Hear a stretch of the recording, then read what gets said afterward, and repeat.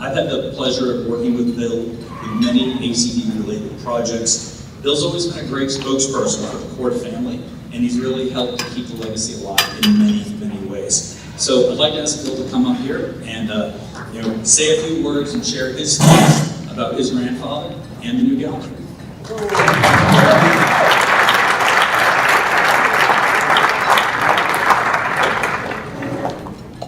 It's a real honor to be here tonight with all of you for the opening of the E.L. Cord Gallery. I'm joined by my brother Peter, another grandson, my son Garrett, and nephews Jack and Logan. Thank you to the museum board of directors, museum staff, and especially the donors who have worked so hard to make this gallery possible.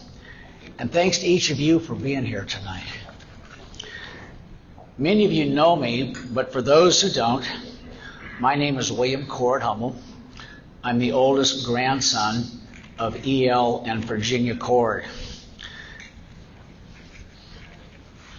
I was 21 when he passed away, and so I was fortunate to be able to remember my grandparents. I have many fond memories of them. In the gallery right behind me, you're going to learn about the young man whose passion for cars created an empire consisting of over 65 companies. You'll also learn about the friends and business partners and the talented engineers and stylists who made all these works of art, create all these works of art that you see around you. Now in the gallery, he's referred to as Mr. Cord or E.L. That is not what Peter and I knew him as. To us, our grandparents were known as ma'am and sir. So if I may, I'm going to refer to him from now on as sir. To them, I was known as Billy. I was named after Billy Cord, his youngest son. If I may, I'd like to share some personal memories of my grandfather, maybe give you a few tidbits. You're not going to see them there. So,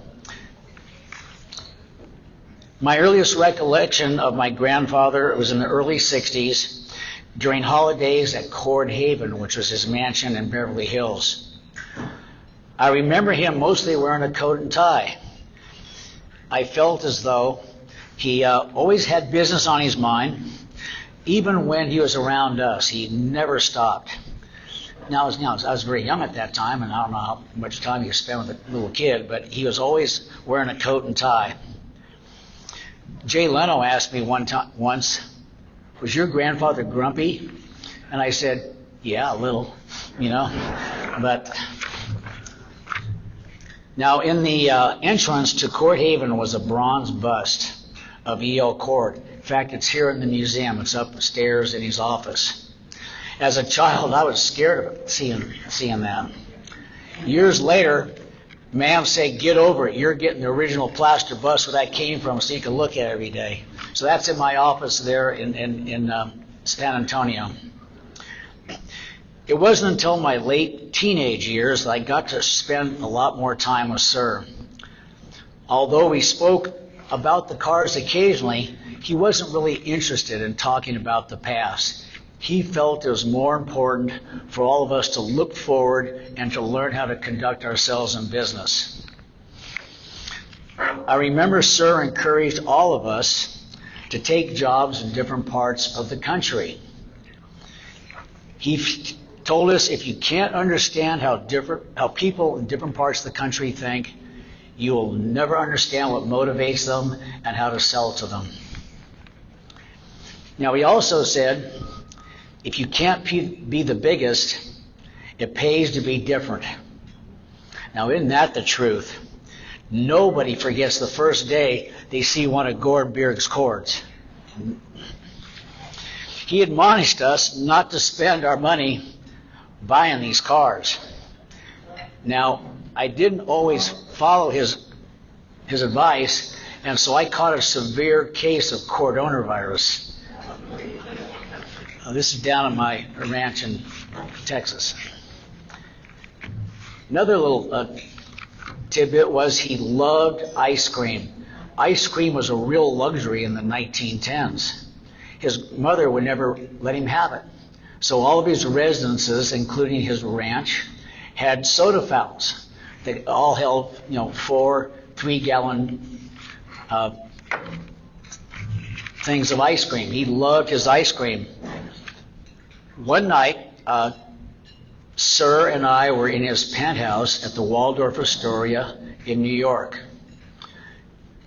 I remember, as if it was yesterday, we were watching Bonanza in color. Remember that, 1965 or so? And there he was in his bed eating his vanilla ice cream. He just loved his ice cream. Summers in the 60s and 70s were spent at Circle L Ranch in Tonopah, Nevada. They were wonderful, and it seemed like Sir was finally getting to spend more time with us and relax. I remember he loved his little Schnauzer Happy, and he really enjoyed riding his Arabian horses. Sir also had 2 4,500-foot runways at Circle L. And the motorcycle you see in the gallery, he acquired that during his time in England, and he stored it at Circle L Ranch. And he would allow all of us to race up and down those runways on that motorcycle. In the 1970s, I worked for him at his radio and NBC television station in Reno, Nevada. There was a sign in the main control room that said, "No unauthorized personnel in the control room." I remember training a technician how to use the main control panel, and I heard the door open behind me, and way in the back, Sir was just standing there kind of watching what was going on. This technician did not know who he was. He got up and threw him out of the control room. When he returned, I told the distraught tech who he'd thrown out. I said, "Don't worry about it. Mr. Cord will probably call you in and thank you for your prompt action," and I was right.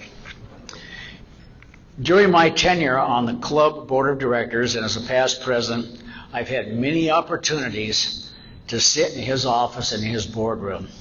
So this is a very special place for me. On January 2nd, 1974, Sir passed away. Just a few months before this museum opened. I wish he could have seen it. Restored all of its original glory. He would really have been happy. I can almost hear him say, "Now this is a place where we can do business." Welcome to the E.L. Cord Gallery, everyone. Enjoy the evening.